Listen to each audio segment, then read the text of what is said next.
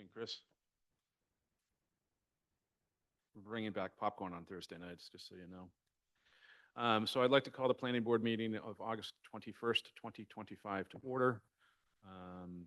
Introduce planning board members and staff. To my far right, Steve Yost. Next to him, Sean Henry, Doug Cook, our vice chair, Jane Ramsden. I'm Rick Noonan, the chair. To my immediate left, Greg Catamatori, our planning director, and David Rosen. First item on the agenda this evening are A&Rs, site plan reviews, and preliminary subdivision plans. Under that heading, we have our first A&R submitted by Eastern Point Field Alliance LLC, Gary Saunders, to redivide property at 100 Eastern Point Boulevard and number 9 and 19 Elm Ave, Assessors Map 136, lots 19, 67, and 72. Anybody present to speak?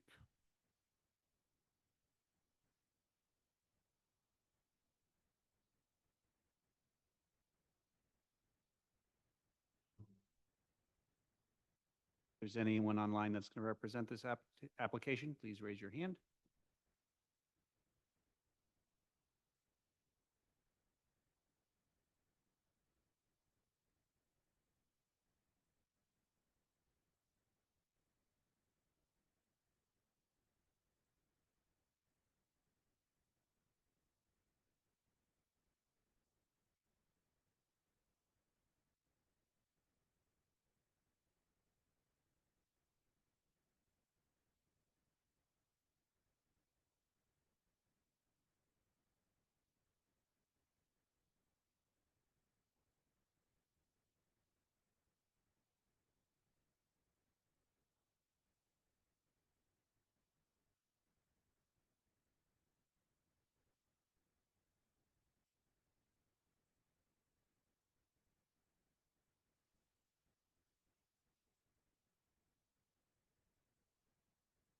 So I'm assuming members had the opportunity to review the plan. This is essentially a lot line adjustment. There are a number of easements that are being relocated. These two folks probably know each other pretty well. There's a number of pass and repass easements as well as view easements, and the redrawing of a common line between the two, and then also creating an unbuildable lot in the upper right-hand corner. I am not certain whether that was intended to be conveyed to the larger lot on the south of the page, but it is not being divided to create a building lot, and it's been labeled as such. So, issues. So can you just use your cursor to show the lot line that's being deleted?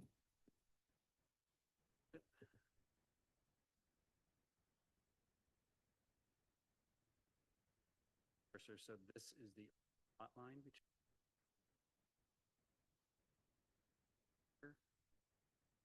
right of way that's going to extend. There's also an old lot line here. So this property is getting larger. This property is getting, I guess, this piece in the back to be conveyed to the property on the south. Lots of lines. Effectively a one-for-one. Yes.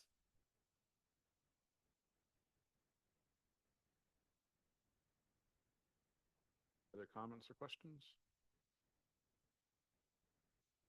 Hearing none.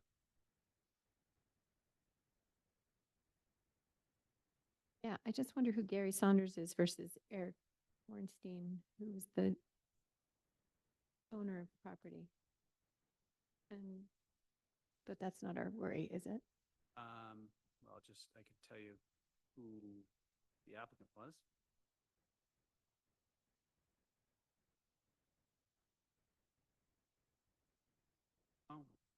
Gary Saunders is the main applicant. Okay. That doesn't matter even though the two other owners are different of the other two properties?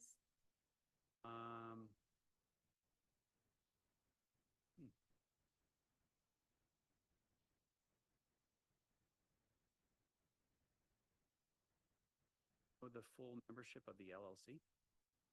Yeah.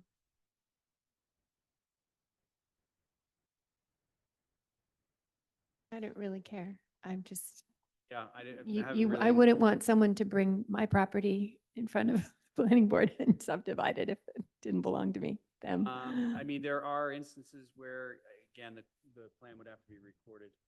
Yeah. And deeded in order for it to take effect. Okay, So sometimes representative. okay. All right, I make a motion that we approve the A and R plan submitted by Eastern Point Field Alliance, Gary Saunders, to redivide property at 100 Eastern Point Boulevard and 9 and 19 Elm Ave. So moved. We have a motion by Jane Ramsden. We have a second by Doug Cook. All in favor? Aye. Any opposed? Unanimous vote. Next on the agenda this evening is an A and R plan submitted by Daniel Fonzie to divide 35 Massasoit Road, Assessors Map 231, Lot 17, at the applicant's request. This is continued to September 18th, probably 2025. 2025, that is an error. And so I'll just need a motion to continue. So moved. Second. So we have a motion by Jane Ramsden. We have a second by David Rosen. All in favor? Aye. Aye. Any opposed? Hearing none, unanimous vote.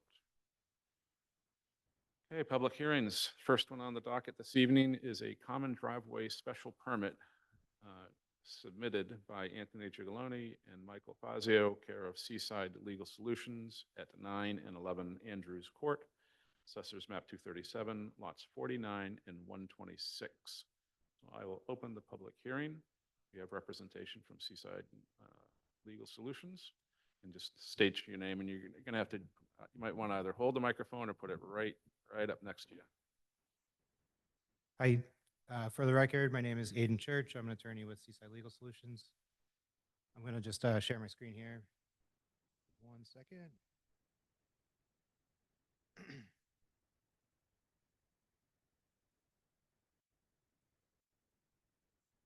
Okay, so if you'll recall, I was here in front of you a couple months ago, back in June. So we're just proposing a common driveway between 9 and 11 Andrews Court.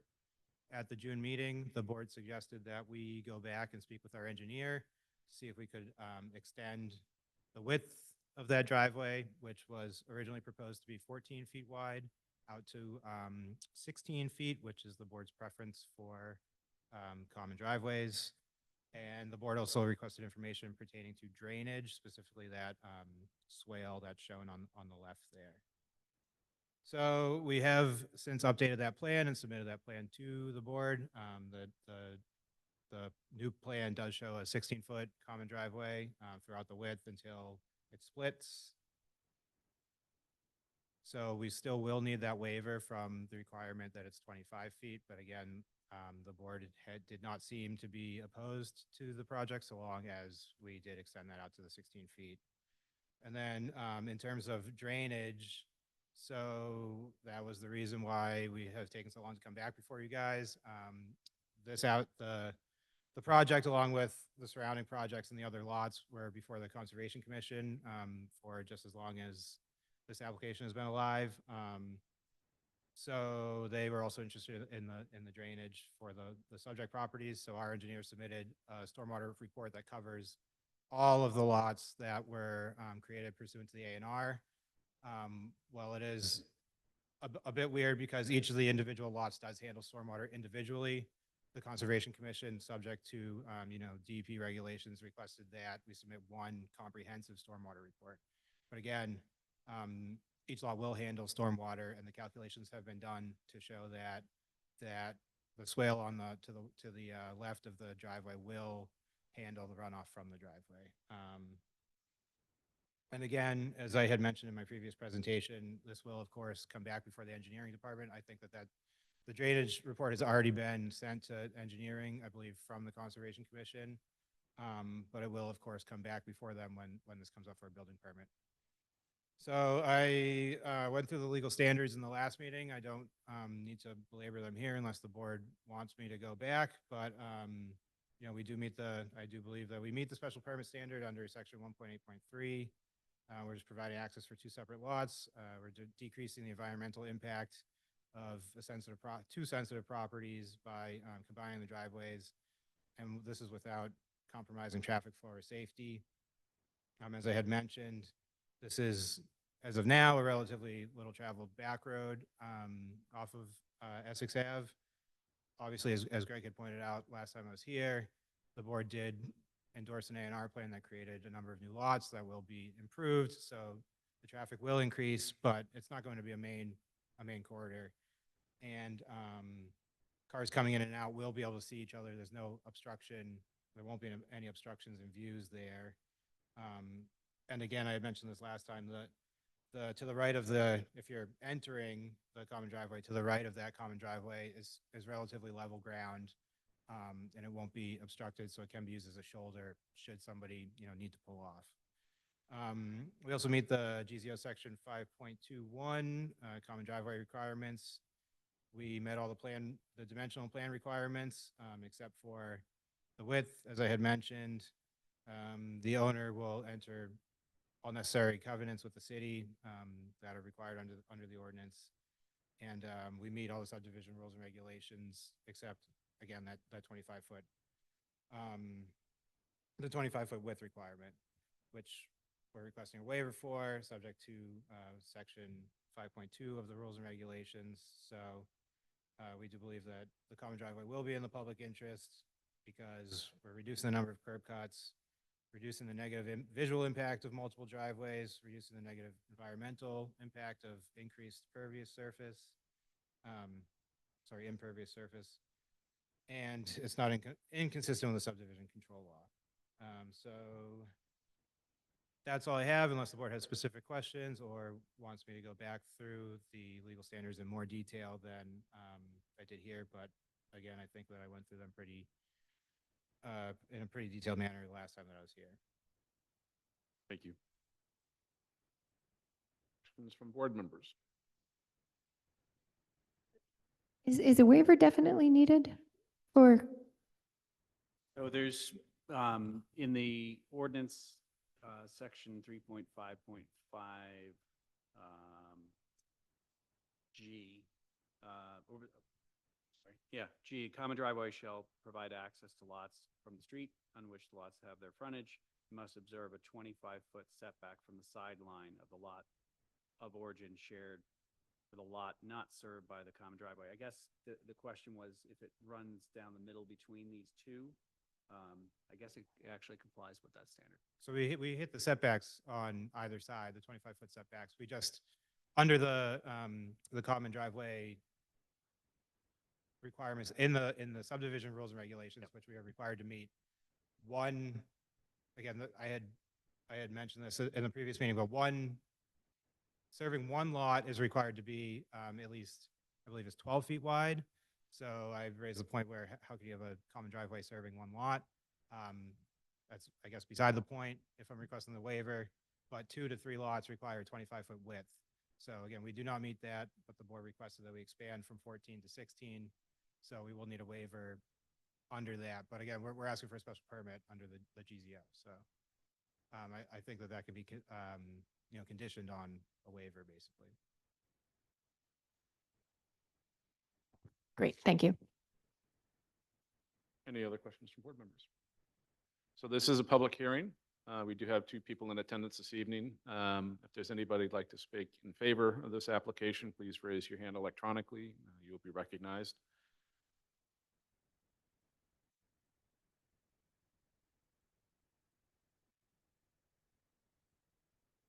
Seeing none. Anybody like to speak against this common driveway application? Please raise your hand electronically. You will be recognized.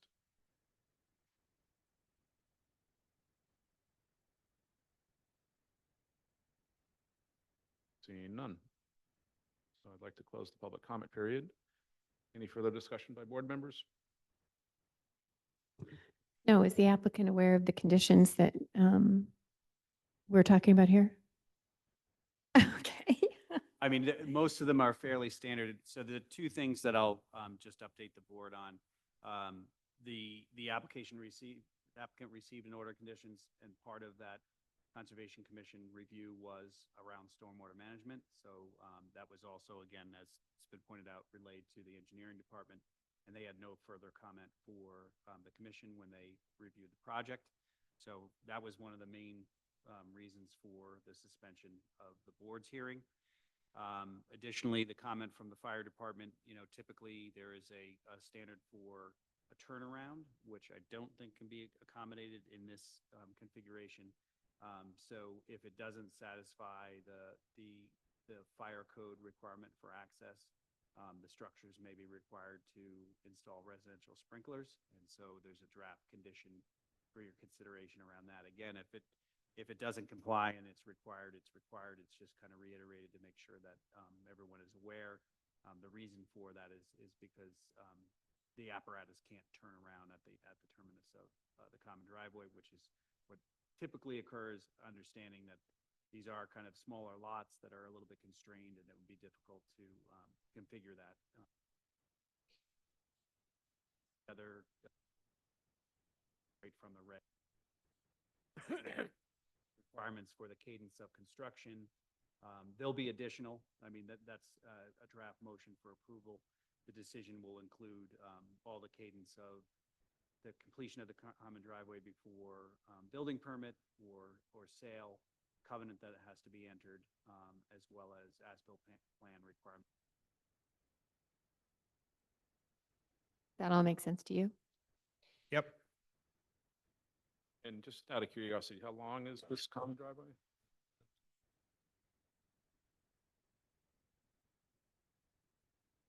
I don't know the length off the top of my head. I would have to, There's stationing on the.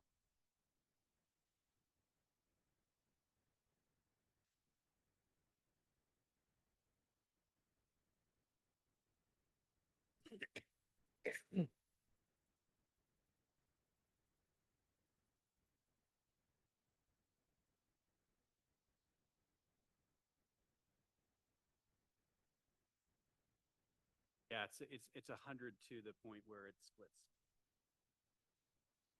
Yep. Great. Ready? Okay, I have rather a long motion, so settle in. I move that the planning board approve the common driveway special permit at 9 and 11 Andrews Court as shown on the plan submitted with the application dated April 2nd, 2025, revised June 10, 2025. The board finds that the proposal meets the criteria of sections 1.8.3 and 5.21.5 of the Gloucester zoning ordinance, including that the common driveway will serve no more than 4 dwelling units located on 2 lots with frontage on Andrews Court. Safe entrance, egress, and adequate turnaround are provided. Adequate utilities will be installed in the common driveway layout.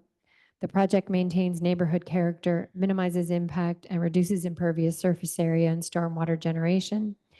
And a recorded covenant will ensure that maintenance responsibilities, will ensure shared maintenance responsibilities and confirm that the city shall not be responsible for maintenance or repair of the common driveway. In addition, there are 3 conditions: recording of the required covenant and of the right-of-way agreement at the Southern Essex Registry of Deeds, compliance with the construction standards set forth in the rules and regulations governing the subdivision of land in Gloucester, and if the fire access requirements cannot be satisfied, residential fire suppression systems will be installed to protect the dwellings served by the common driveway. And lastly, a waiver will be granted from section 3.5.5G for the 25-foot setback. Therefore, I move that the board grant the common driveway special permit for 9 and 11 Andrews Court, subject to these conditions. Mr. Chair, if I may, the waiver should be with regard to the width of the driveway, not. Okay, sorry. There's a lot of 25-foot stuff being bandied about. Okay, but the section is correct, right? 3.5.5G, the 25-foot. I think it's With- actually, and I'm sorry for the confusion because there's 2 25s. One was for the setback. from- Okay. It's actually from the subdivision regulations, section 2.5.3 Okay, D. okay. Section 2.5.3D. We need to state what The the width. allowed, what we're allowing as the width. That's 16 feet. Yes, we're giving a waiver from 25 feet to 16 feet. Okay, so we have a motion by Jane Ramsden as amended. I need a second, please. So moved. We have a motion by Jane Ramsden. We have a second by Doug Cook. Any further discussion? Seeing none. All in favor? Aye. Aye. Anybody opposed? All right. Thank you, Aiden. Thank you. Motion carries unanimously. Okay, next under public hearings this evening, in accordance with the provisions of Mass General Law 41 and the rules and regulations governing the subdivision of land in Gloucester, the Gloucester Planning Board to consider a two-lot definitive subdivision plan filed by 20 Main LLC entitled Chisholm Court Extension at 20 Main Street, Assessors Map 7 and Lot 94. So I'll open the public hearing. I don't know if anybody is. Okay, fantastic. So Sean, your hand is up and you have been promoted.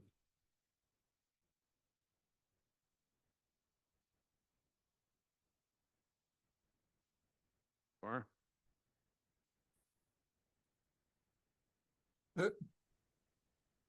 I was joining, I'm not sure if you gave me the floor. yes, so Thank you you. are, we can hear you, we can see you. You have been promoted. You can share as much as you like. Just name and association for the record, please. Thank you. It's Sean McCormick, Davis Malm on behalf of the applicant, 20 Main LLC. This is the, I think we're coming to the end of a relatively long definitive plan process. In the last, I would say, 4 weeks, we've had some more back and forth between our engineer and the consulting engineer, Weston and Sampson. I had a brief communication with Mr. Katamatori today. I think I understand that Weston, we had submitted some relatively last minute updated calculations.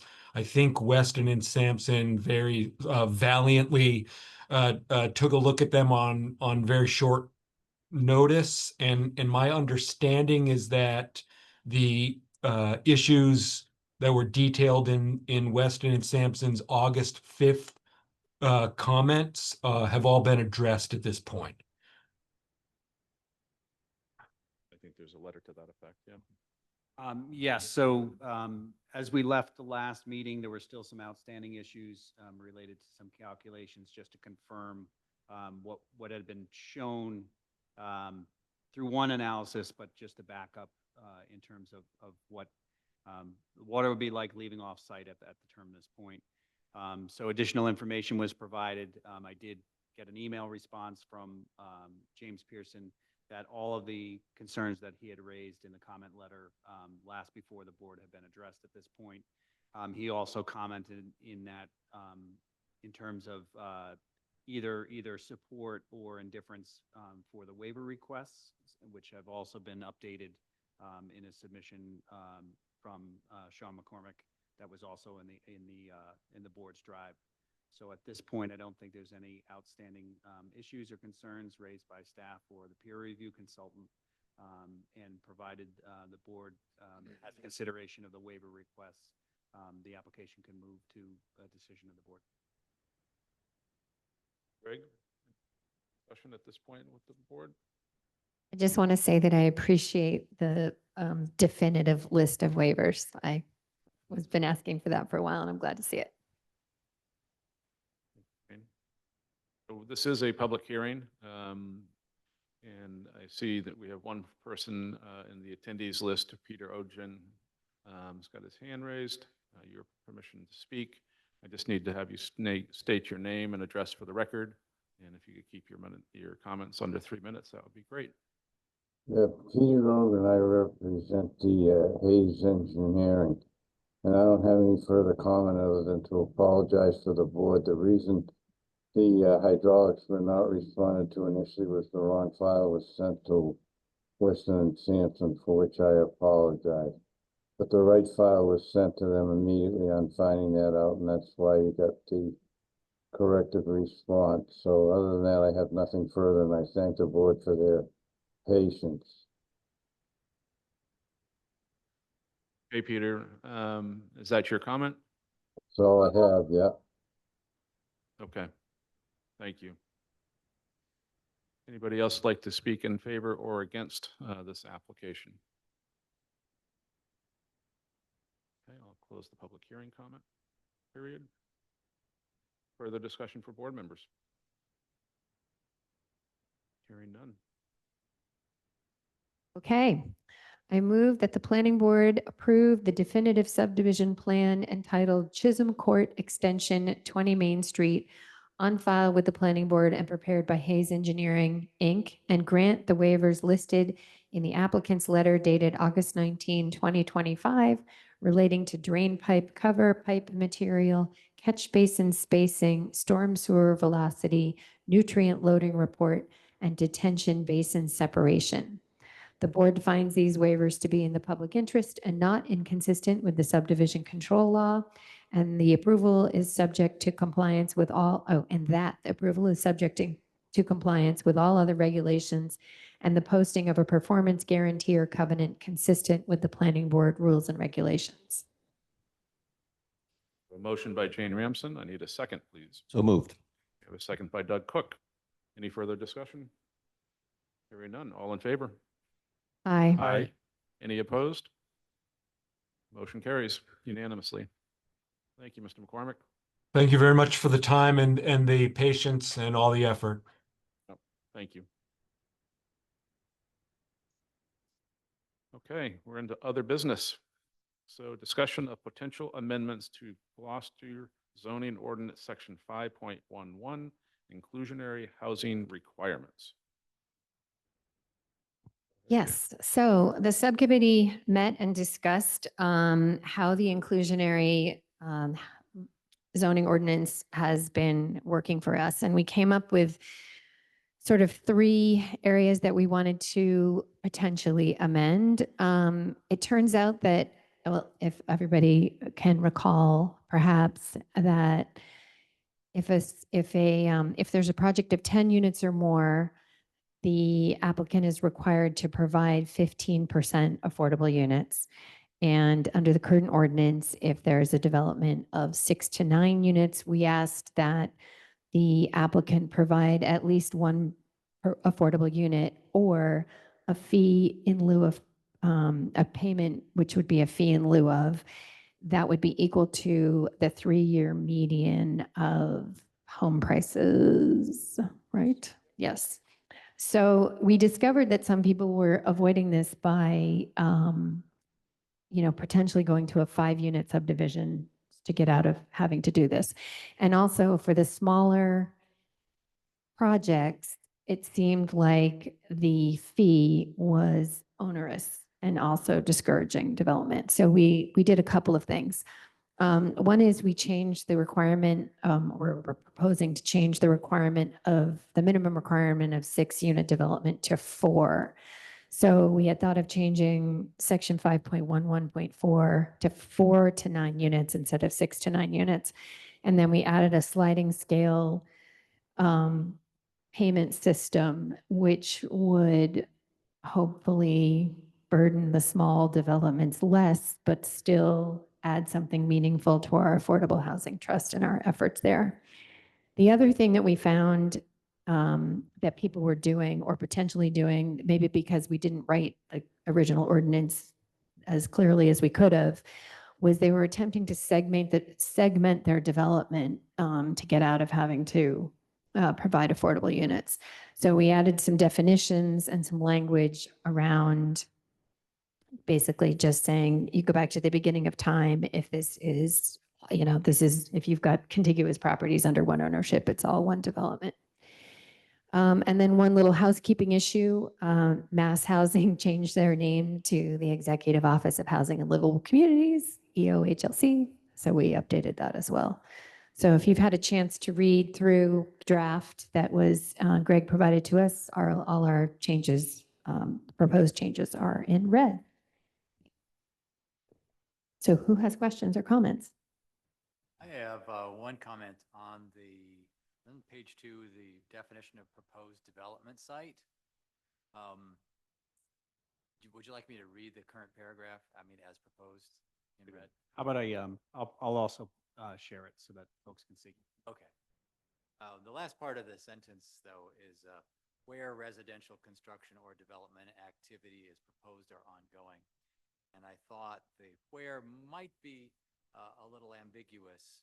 And the question, does it refer to all of the contiguous parcels, or does it refer to the parcel on which the new building, the new construction is happening? And if it's the former, which I gather it is, please correct me if not, then I would suggest like a wording like among which any, rather than where, among which any residential construction or development activity is proposed, to refer to all the contiguous sites. And there's a few variations on that we could work with. Right.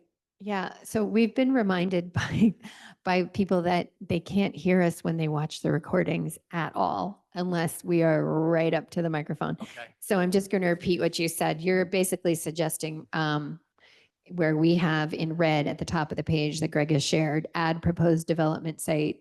I think the last phrase says where residential construction or development activity is proposed or ongoing. It probably isn't clear enough. And you're suggesting replacing the word where with something like among which, Any, among which any residential. among which Construction. any. Is that what you said? Yeah. So the among which refers to all the parcels that are contiguous, Yep. and any, obviously. Yep. Pulls them all together. I think that's a good suggestion. Did you have other comments, Steve? No. Well, I do have another comment or a question on the table that's further down. Okay. but Mike. Not on this. So move your mic closer. Okay. There you go. Might be able to pull it. I was assuming if the red light was on, that would be good. Okay, thank you. Oh, I can really hear myself. So I did have just a question about the table further down of the payment in lieu. And just about, is there some kind of formula used for that? Thinking, I think I said it the last time I made a comment about it, how would a developer think about this analytically? Because, from the sense of like, I'm going to be losing potential income by making this unit affordable. How do I trade that off against a payment in lieu for any of these cases? Has that been thought through, or is this just kind of like, these are nice round numbers? Well, I can speak to, and I could also show a graphic. I can't remember if you were at the meeting the first time that I showed the scaling and the breakdown based on the current value of the 3-year median sale value. And I mean, it's really just an incremental breakout by, with each additional unit, there's a certain amount of investment to build it potentially. And then there's also, like you're saying, a decision to be made in terms, there's more value being extracted from a larger project. I think it was actually done in the reverse, where we were thinking, and this was something that was also discussed at the Affordable Housing Trust a couple of years back, that we're treating a 6-unit project the same as a 9-unit project. And so it was kind of working back from the 9 rather than up from the smaller number of units. At the same time, it was one of the suggestions of Councilor Benson to think about, should we be trying to create affordable housing in more projects? Have the inclusionary ordinance apply to a larger number of projects. And, as you scale down a 4-unit project, that's probably one of the lowest thresholds I can think of probably in the state. So that payment should be commensurate with, the size of that project. And then from there, it was really just that using that 20% bracketing as you get down to that 4-unit project. There was some discussion about going further to 3 units, which we, again, have an economic feasibility analysis that demonstrated that you could do it. But we also have the caveat of we have the multifamily overlay district and not kind of delving into down to the three-family. There are also additional requirements and expenses for a three-family. So the economy was, the suggestion from the counselor was, could we go to 4? And this seemed like a reasonable increment for that 4-unit. Yes, I can definitely see how this sliding scale achieves, what the motivations were behind it. It's great that way. And I'm just being a little bit more analytical, saying, is there, if a developer was doing the math, how would they make the decision? And have we thought that through from this perspective? It's certainly scaling in the right direction, and the fact that it's scaling is all good. Well, we might be able to get an answer with the discretion of the chair if Mr. McCarthy would want to make a comment. Yeah.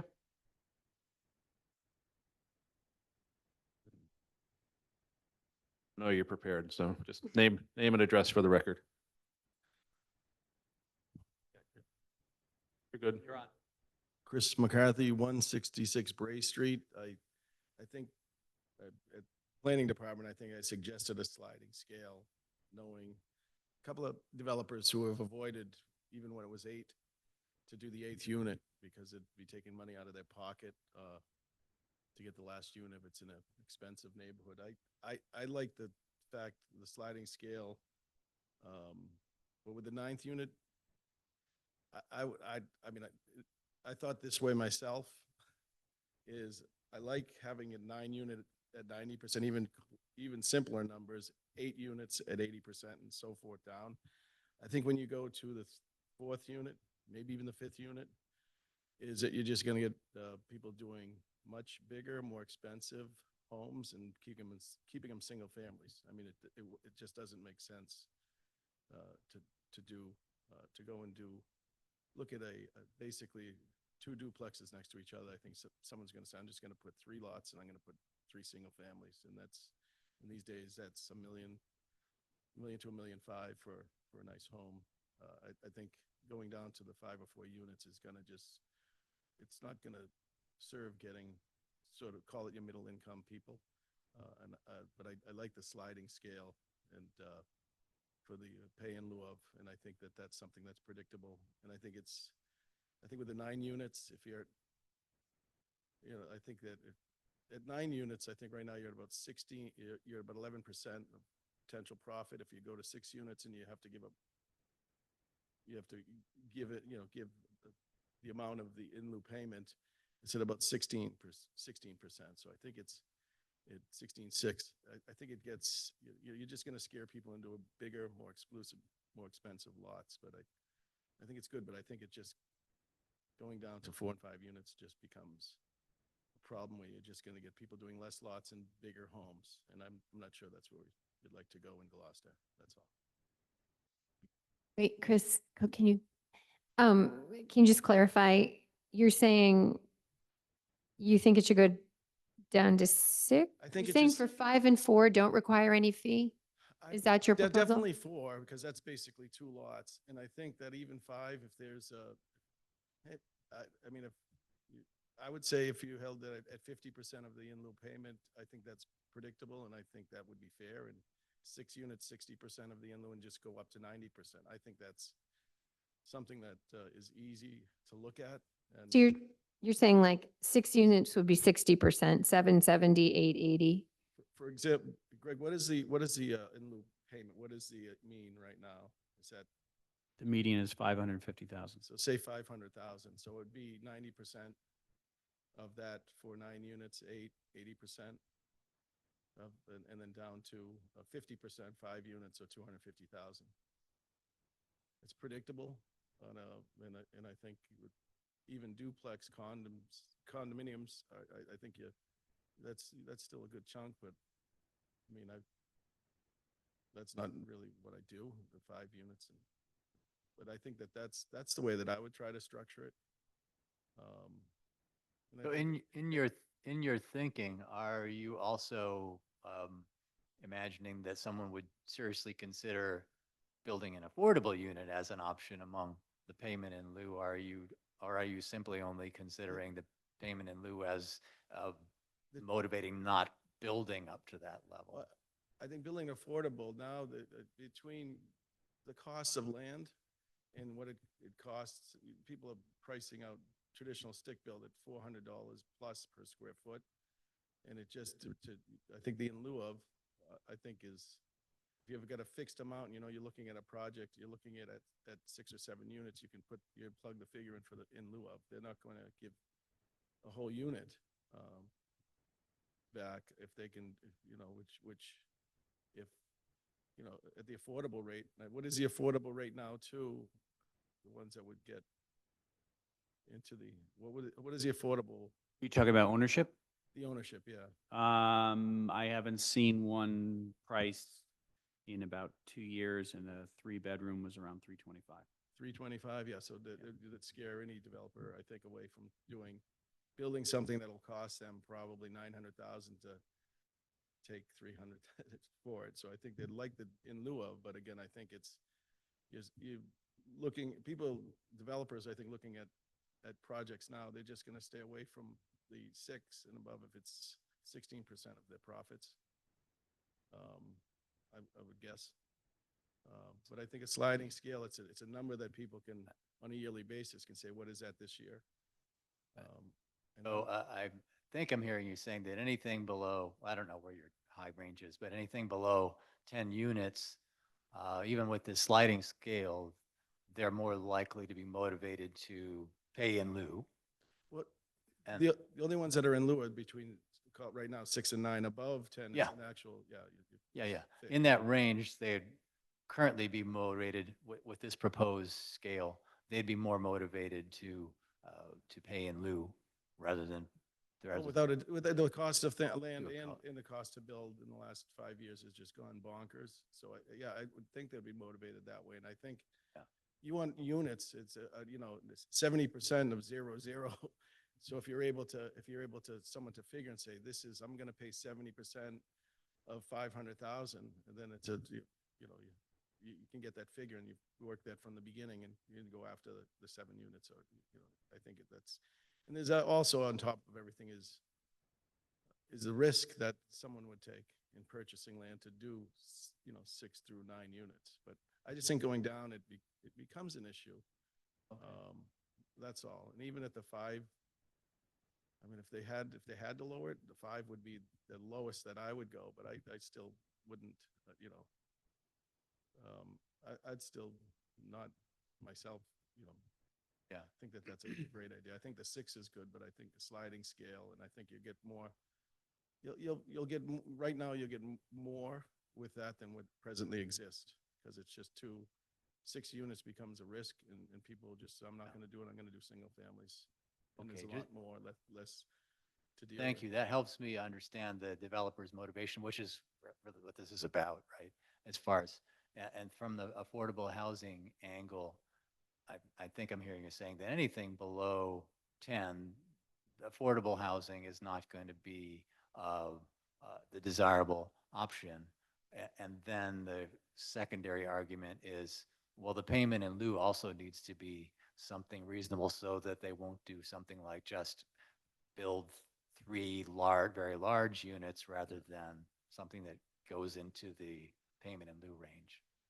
Yeah, no, I think so. Is that all? Yeah, because if any of the large projects that have been completed in the last 20 years around Gloucester, I think each one of them has gone, maybe 4 out of 5 of them have gone through bankruptcy before they were able to start, you know, selling houses or building out in total. So it's, there's a lot of risk that you don't see right now, and that's what people have, you know, a lot of developers look at, you know, projects, and they just say, let's keep it small, let's keep it simpler, and we'll do it more exclusive homes.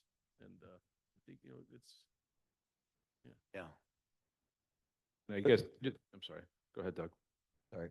What is some other communities doing, or your experience in other communities that are favorable for developers, you know, that you say, well, I like this city because it's this or that? the people and the attorneys in this town are keeping me stuck here.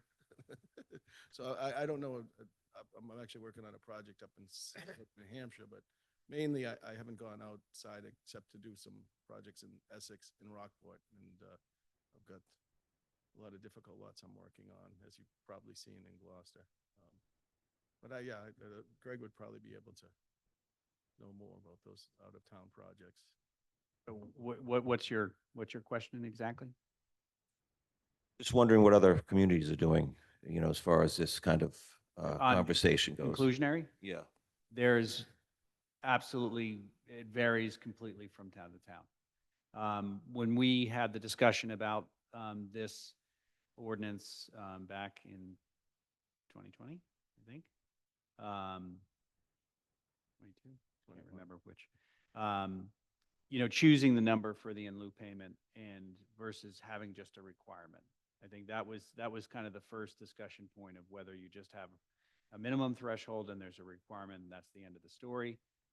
Most ordinances have some form of alternatives, offsite, which kind of defeats the purpose of the inclusion. So I think I recall, very clearly hearing the words, well, if we're going to call this the inclusionary ordinance, we want the units built. And we started from a number that was fairly arbitrary. I think at the time it was 180,000 or 160,000. And that doesn't really, that could certainly help subsidize a project, but it certainly wouldn't build a unit. So other models were looked at. There are some surrounding communities that we have made it a little bit generalized by looking at the sales throughout the community. There are other communities that have very complex calculations where they've defined a catchment in a neighborhood. And if you're going to build in that neighborhood, it's based on the sales in that neighborhood. So it varies throughout the community. I think we've kind of taken out the peaks and the valleys by averaging it over or finding the median over not only just the entire geography, but also over a 3-year period to kind of soften those spikes a little bit. We started out at 420,000, I think, and we're currently at 550,000 based on that calculation. And it was also that it should be a higher number so that somebody has to think about, again, if the intent of the ordinance is to have the units included, that payment should be high to essentially opt out of it. But this is also in response to is there something that should also be dealt with in terms of treating a smaller project, a 6-unit project, differently than a 9-unit project where, I think as Chris has pointed out, there's only a certain amount of, potential return on the investment, and that having that same number for a 6 to a 9, it's not spread over as many units.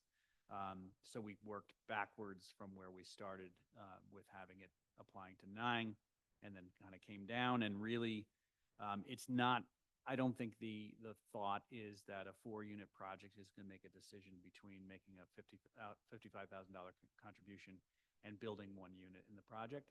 But it does provide more revenue to the Affordable Housing Trust for them to then subsidize units in projects that are probably going to either have deeper affordability or more units on the whole. So there's no magic number. No, there isn't. But now what Chris is saying is instead of a 4-unit project, they would do a single family home, right? If this dug into the margin that much, right? Is that what you're saying? Yeah, I think that I'd look at it just doing singles. That's instead of doing 2 families that they're condominiumized. I think it changes the scope and it lowers the risk. Because it's a lot, and you probably experienced, how much things have jumped value-wise in Gloucester. And the last 2 houses that I sold were to a doctor and a lawyer. That's what you get coming in here, and it's not that, some of these projects, homes, they're just not, we're not keeping people in the middle here as much as we could, I think. Middle-income people, which is still kind of a strangulation with where the market is now. And I think you just have less homes and they'll be a lot more expensive, I believe. And I guess that's, Greg pointed it out very clearly that, the intent of this board, in talking about inclusionary language is that we'd like to encourage them to be built, right? But at the current break of 325 for an affordable unit, you can't build it, right? I mean, so, we've talked about this for a long time, and you'd rather have the units built, but how do you entice somebody to build a unit, right? And the math, I don't think there's any real, strong solution, right? And so if you adopt a change which is approaching it from the correct perspective, there's still going to be an opportunity to move aside and do 2 singles instead of 4 Yeah, and units. that's what will occur because the market is just it's just huge at Gloucester for that, the market's there if you do a single and do it bigger. But you're saying that at $55,000, you do 2 singles rather than 2 duplexes, if that was the requirement? Explain? Well, the in lieu payment is suggested to be $55,000 at 4 units. Which is, yeah, I think going to the 4 units also just, I don't want to say overreach, but I just think that it's next there will be it'll be single lots that do duplex. There should be a fee for that. I think I think you're. He can do closing that. in- I knew he would say that, and I believe that. No, I just think that it's, you take, I think you're somewhat taking away the people's rights when you do that with it. If someone's got 2 lots, you have 2 kids, then all of a sudden they've got to pay for the, I don't know. I just think it's a little too much. And I think 5, once you go to 5, you're into a 3rd lot possibly, so that I think that if there's 50% of the in lieu, I think that's, I don't think that's killer, but I think, We're not suggesting 50% in lieu for 5. We're only suggesting 20. well, So it would be I like to keep simple.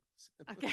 But that's fine. If you want 20, that's even better. But Yeah. I'm just saying, if you have a scale, you have it predictable, and it goes, you say, oh, you do 5, then it's it's easy. And in 1 minute, you can get what it's going to cost you talking at Greg's office. It's 550 times 20%, or yeah, I mean, that's all. It's just simplification, so people,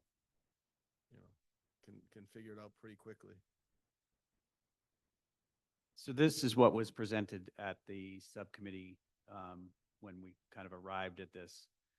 So again, these are the, I don't know if you can see that over there, Chris, on the screen. So again, it wasn't a uniform, it was 180, 60, 40, 20, and then down to 10 for the 4-unit project. So the contribution for a 5 would be at the current rate, 110,000. Yeah, I think that I just like aligning them with the units. It keeps it simple and it's predictable, it's. If you align it with the units, you end up penalizing the 5 and 6 unit projects. So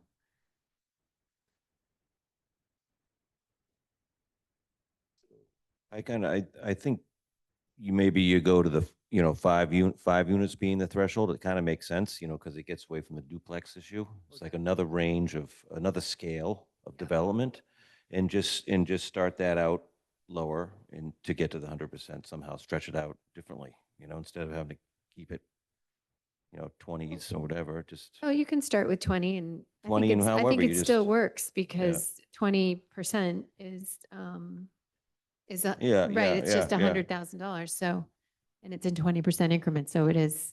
But you could consistently change the percentages if you want it, like 5 years from now, say, okay, that's not Okay. working, let's shift it again or something, right? Yeah.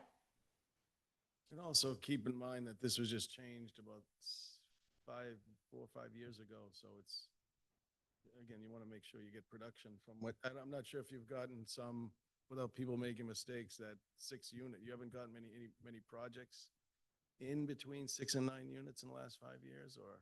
Espressos, right? That was prior to that. They went by the old they went by the old inclusionary which we only strictly had a unit. But they started at 12 or 16, right? I mean, the density could have been, what was the density? It was a lot, right? I mean, Yeah, they were 8 units and above, I think that. Yeah. And that was the old, they had to give a unit, they couldn't, I think there was an attorney in here trying to change it. there was a few. The most approved plan in the city, that one. So, So is there an economy of scale? You mentioned an 11% margin. I'm guessing that's not like universal regardless of how many units. Yeah, that's, simple, again, a lot of developers use simple math when they're looking at stuff. And if you look at if you look at one unit at the threshold, 9 units versus 6, the percentage number, it goes from 11%, I think, to 16.6 of the project potential profits or cost. But it might be better mathematicians than me here. Yeah. Well, we want to be I'm guessing we want to be using developer math. I mean, Well, yeah, because we want to think about how you're motivated to build or not build a giant house versus a number of units. With respect to cutting away from your margin with the in lieu fee. Am I making sense? Yeah, I mean, I think, the request to explore this was 4, but I fully recognize that that means every A&R application you see, if it has the potential, which it always will, because a single family can be converted to a 2.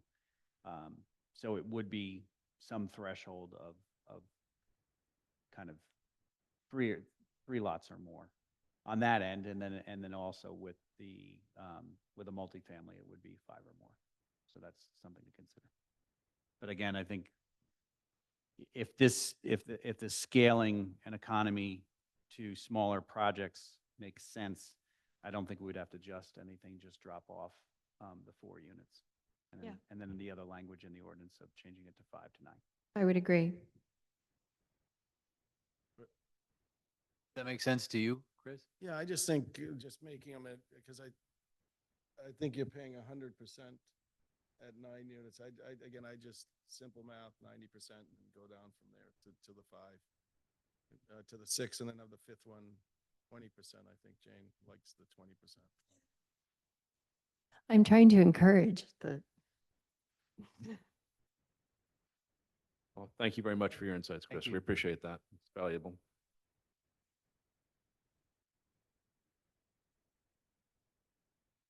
So what is the planning board ready to do on this? Should we make a new draft and come back or think about it some more? What does everybody want to do? Well, I mean, we definitely had some new information introduced, right? I mean, it's essentially a line edit, right? And we're not in a voting position this evening. So, a new draft incorporating the testimony tonight, and, move forward. Sounds good. Thank you, Jane. Greg, anything to add? Yeah. Yep. I have a few tiny edits. So Shocker, right? how are we revising it then? What, Well, I think change 4 to 5. I think to Chris's point about land valuation in Gloucester now, if you're doing an A&R, you're splitting 2 lots that are destined to potentially be, have duplexes on them.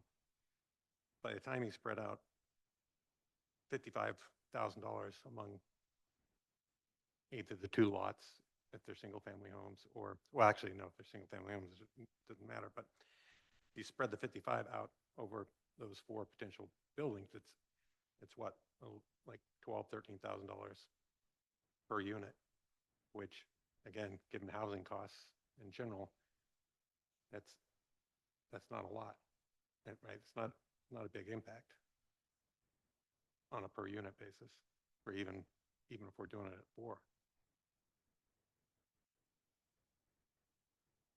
That planning board perspective. I don't know how to, I don't know how to judge that, you know what I mean? Because I'm not in the business of But building they- houses. But again, it goes, it's not by right anymore, right? Two-family by right. You have to pay for it. That's the difference. You wouldn't have to pay for it if you're building a single-family home. But it doesn't promote multiple houses. It promotes single houses. Not necessarily, because you could do the math on what you could sell 2 larger homes for versus selling 4 duplexes. And I would think at $12,000 a unit or $13,000 a unit, that's not a disincentive to switch over to single-family homes necessarily. I would agree on that. Yeah, because again, you're making up on volume, right? I mean, there's going to be a price cap, like Chris referenced, sort of $1 million homes being sold.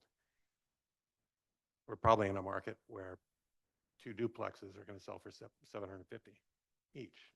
So you've still made 50% more money, essentially, or 50% more in sales than you would had you just built that single family home, and absorbing the 55,000 within that seems not too far-fetched. I think Greg's point is that, for every A and R, that comes before us, there's essentially an inclusionary tax on that property at 4, right? So two-family by right, you divide 2 properties, you can put a duplex on each. And, so now you trigger the inclusionary language and all of a sudden you've got a tax on it, right? Effectively, right? So, it's an in lieu payment, right? But the number is low, relatively speaking.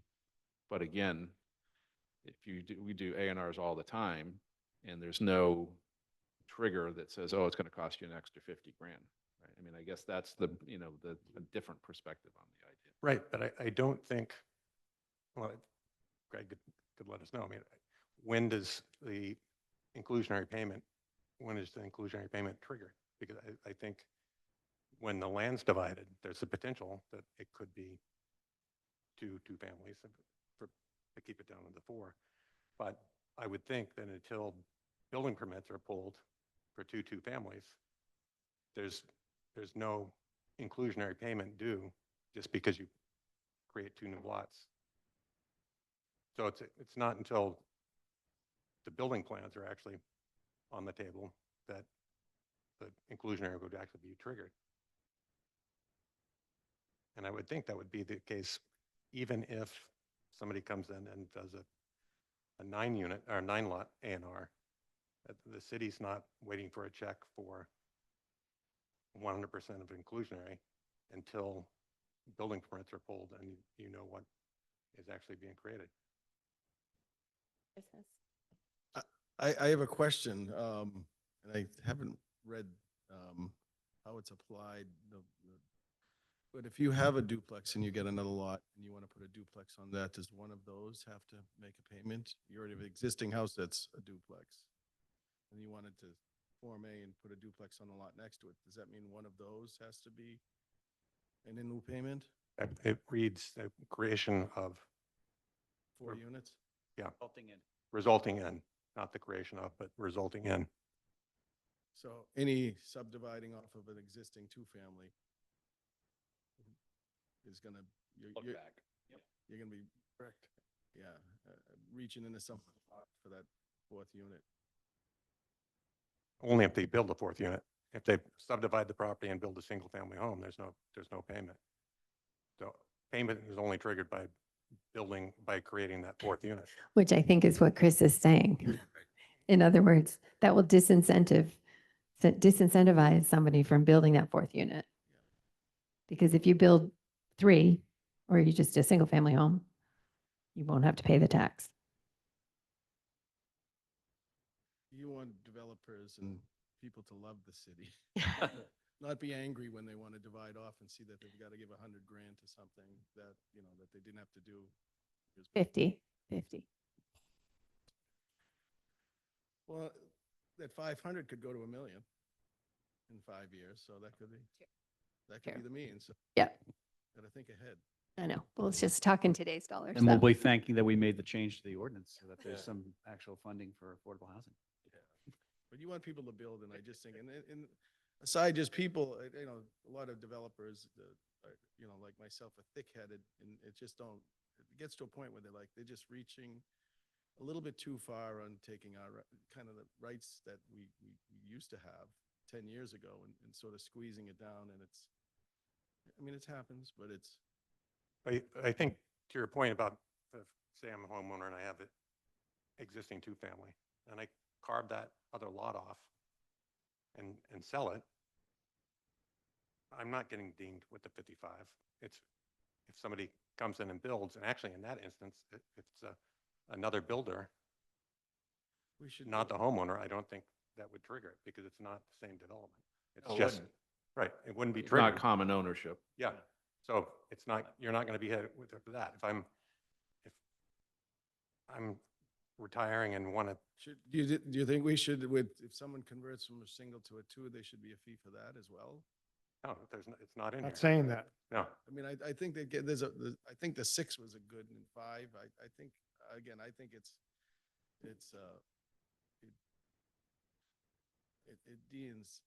doesn't incentivize people to, you know, I think it just gets difficult. You go to 4 units, it's going to open up a can of worms of people trying to, you know, motivating them to do 2 families.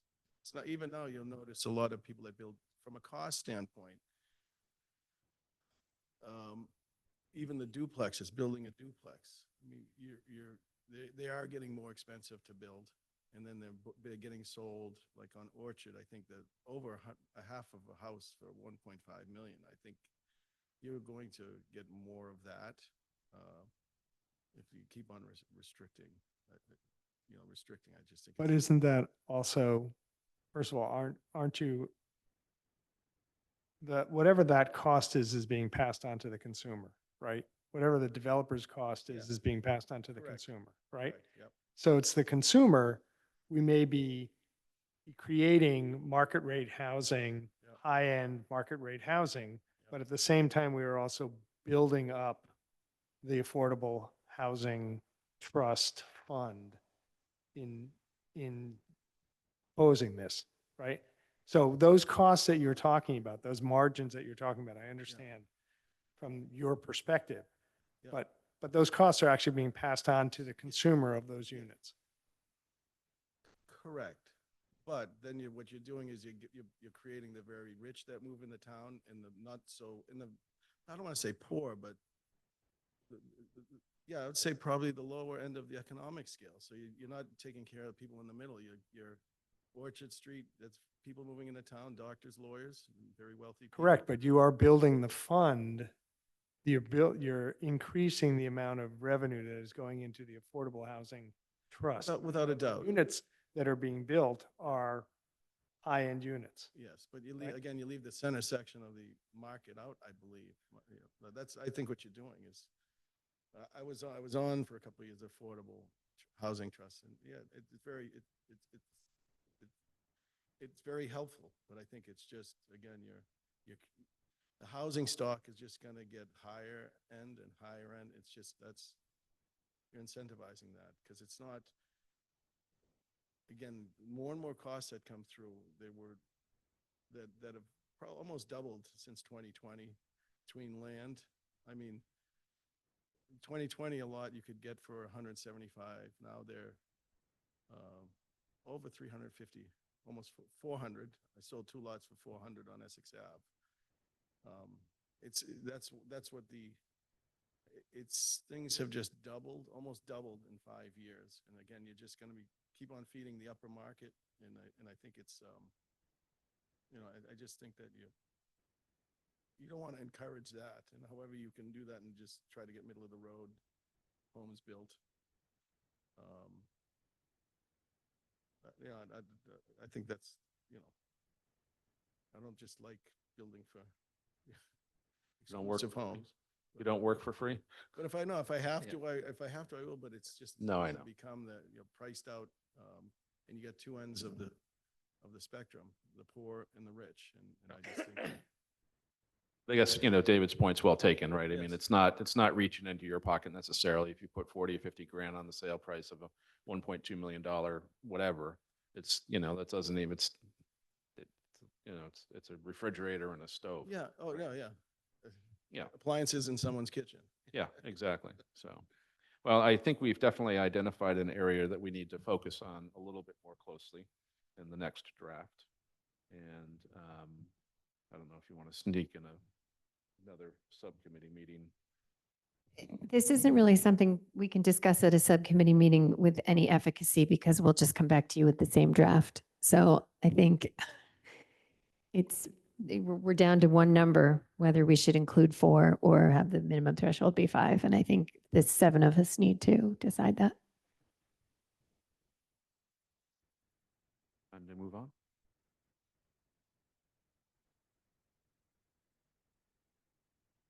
No, I'm just saying, I mean, we're sort of, Yeah. in a other business discussion area. So we'll get a revised draft for the next meeting, and then the 7 of us can decide how to move forward. Great. And thank you to the Housing Subcommittee for all your work.